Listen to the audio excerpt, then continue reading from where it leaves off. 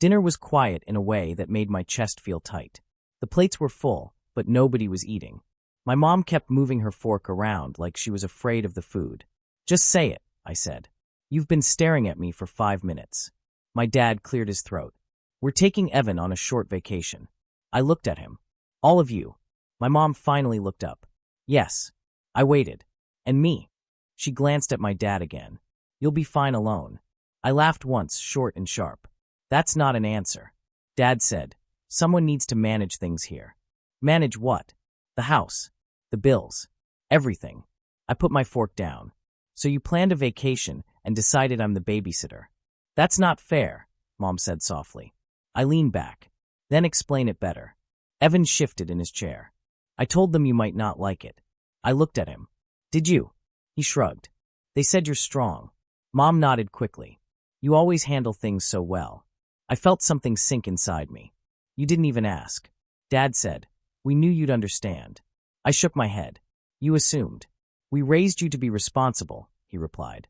"And Evan?" Mom touched his arm. "He needs this trip." I stared at my plate. "So do I." Silence filled the room again. Evan finally said, "I mean, I can stay if you want." Dad answered for him. "Don't be dramatic." I looked up. "You didn't hesitate." Mom sighed.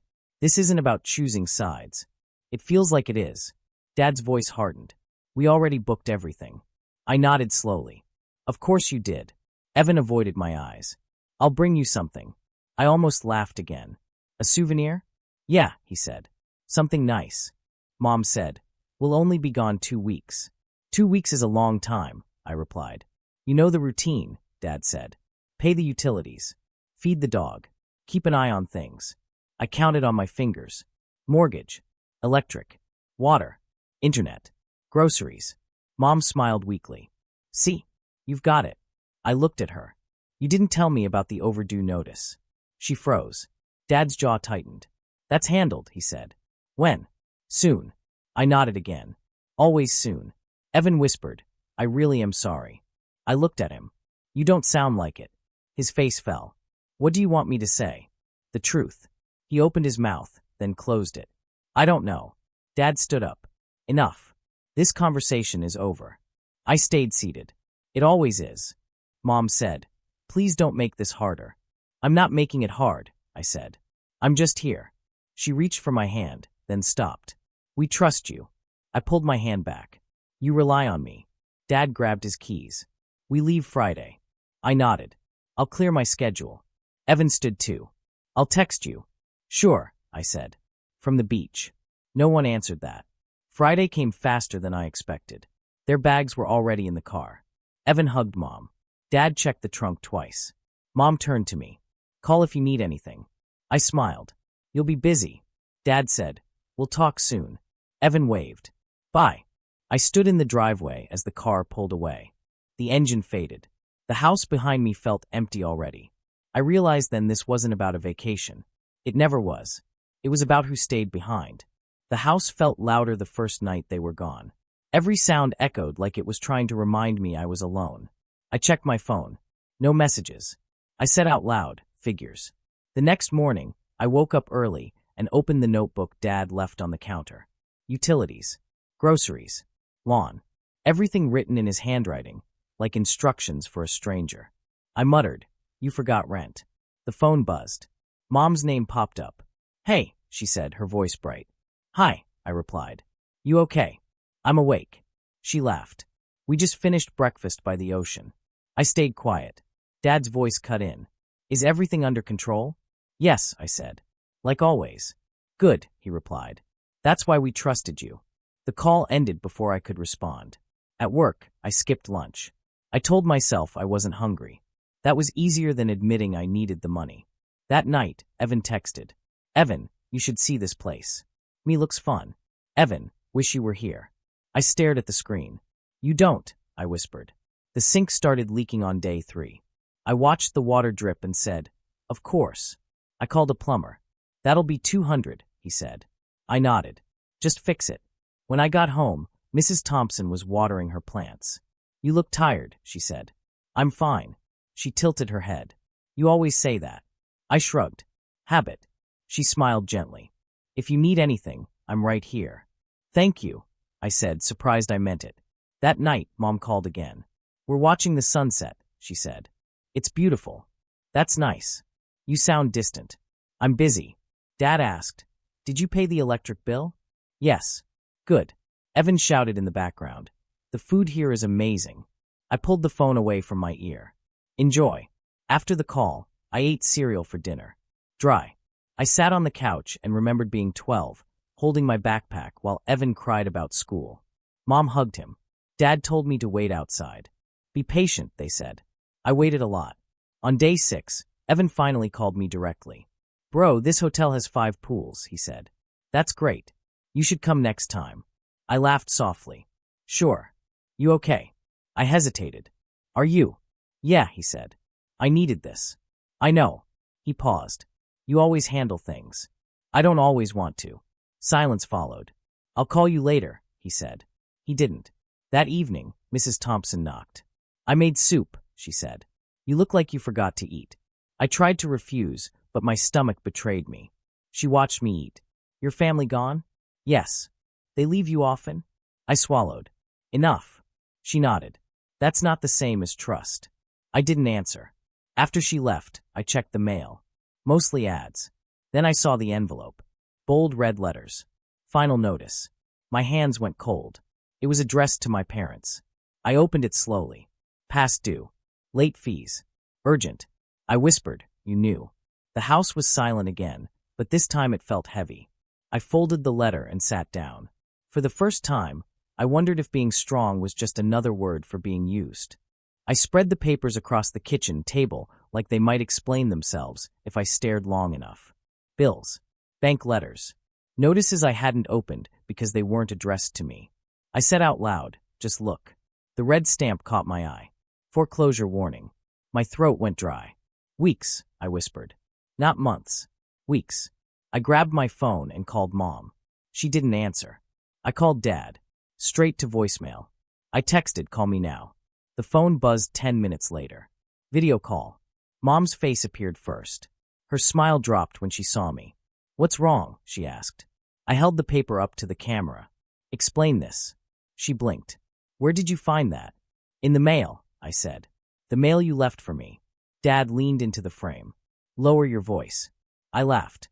You're on a beach. Mom's eyes filled with tears. We were going to tell you. When? I asked. After the house was gone? Dad said, we needed time. You needed a vacation, I replied. That's not fair, Mom said, crying now. We were overwhelmed. So you left me, I said. Again, Evan appeared behind them, holding a drink. He froze when he saw the paper. Hey, he said quietly. I didn't look at him. Did you know? He hesitated.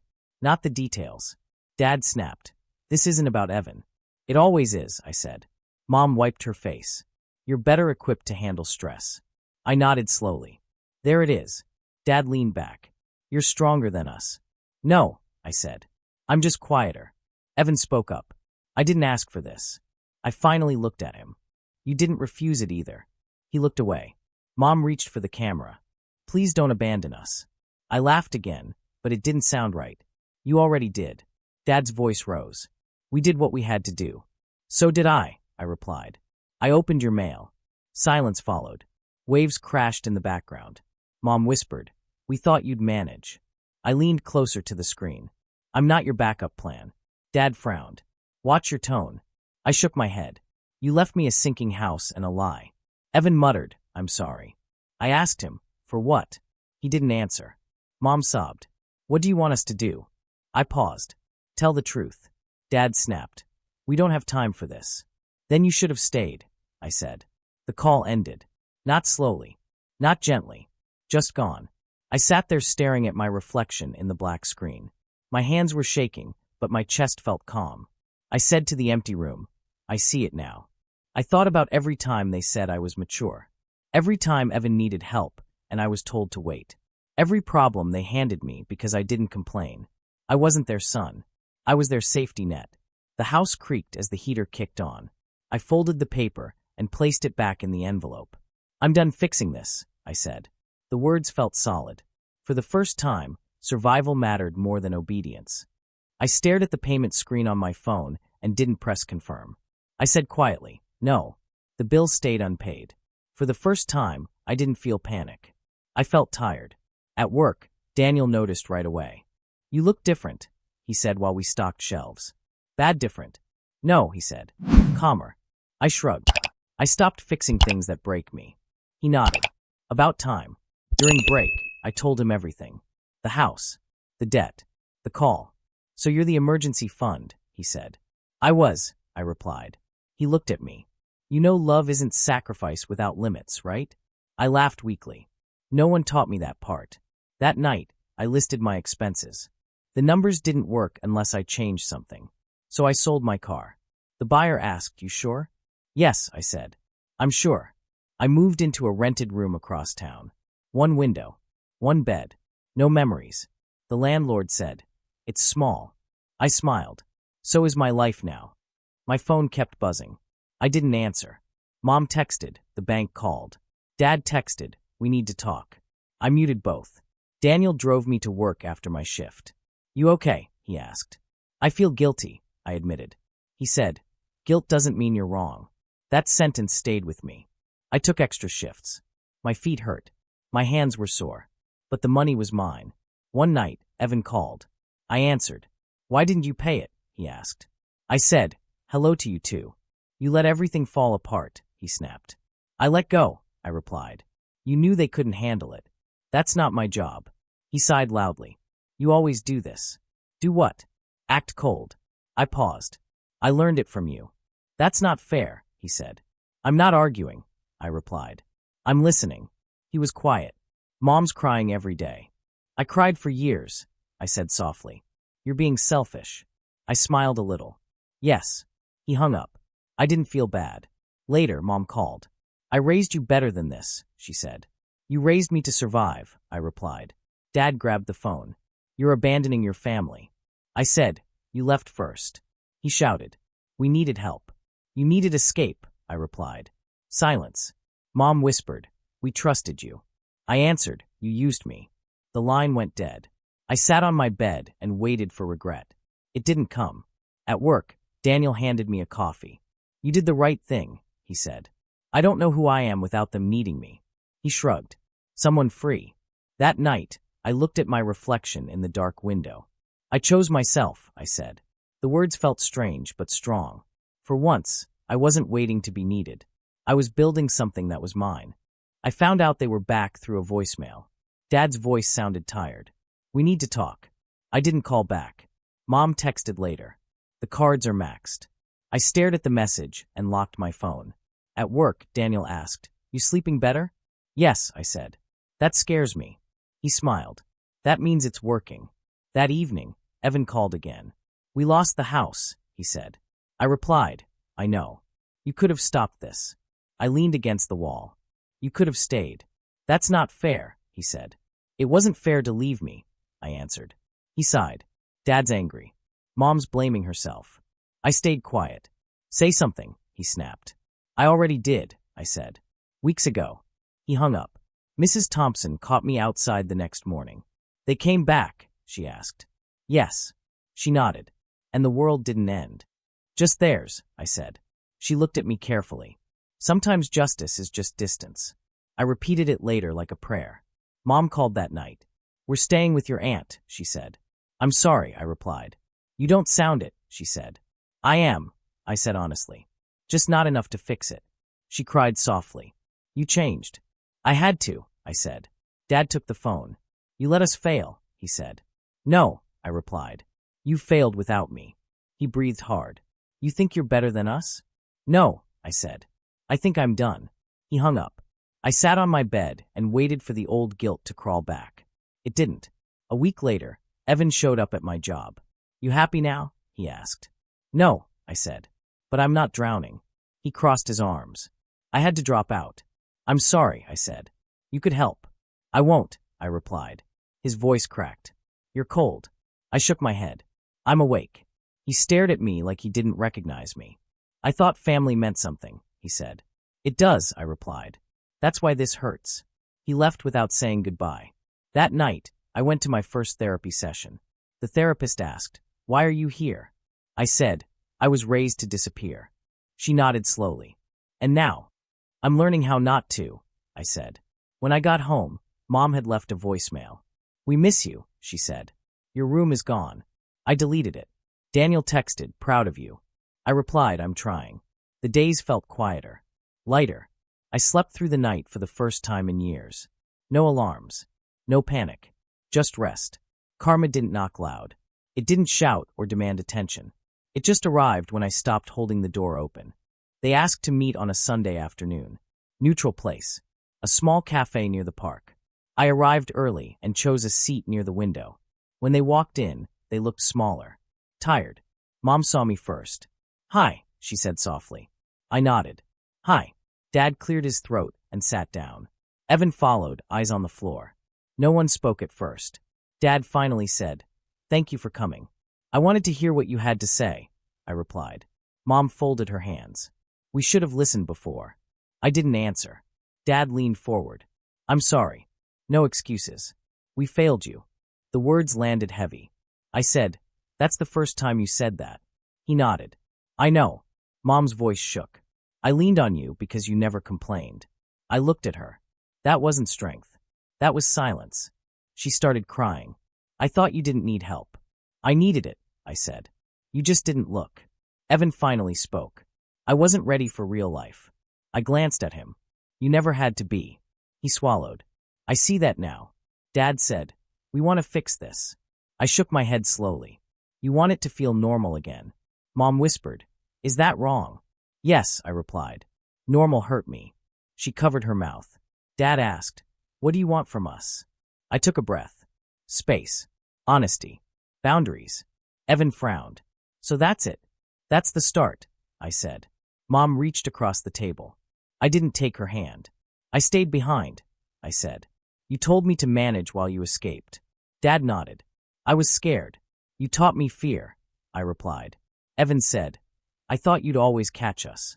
I dropped the net, I said calmly. Silence stretched again. Mom asked, Will you forgive us? I answered honestly. Not today. Dad's shoulders slumped. That hurts. It's supposed to, I said. Pain teaches faster than words. Evan wiped his eyes. I don't know who I am without you fixing things. That's not my job anymore, I replied. Mom whispered, We miss you. I miss who I could have been, I said. Dad looked at me. Can we try again? I met his eyes. We can try differently. He nodded. We'll respect that. I stood up. I have to go. Mom stood too. Thank you for coming. I said, Thank you for listening. Evan said quietly, I'm proud of you. I paused. That's new. He gave a small, sad smile. Outside, the air felt lighter. Not happy. Just clear.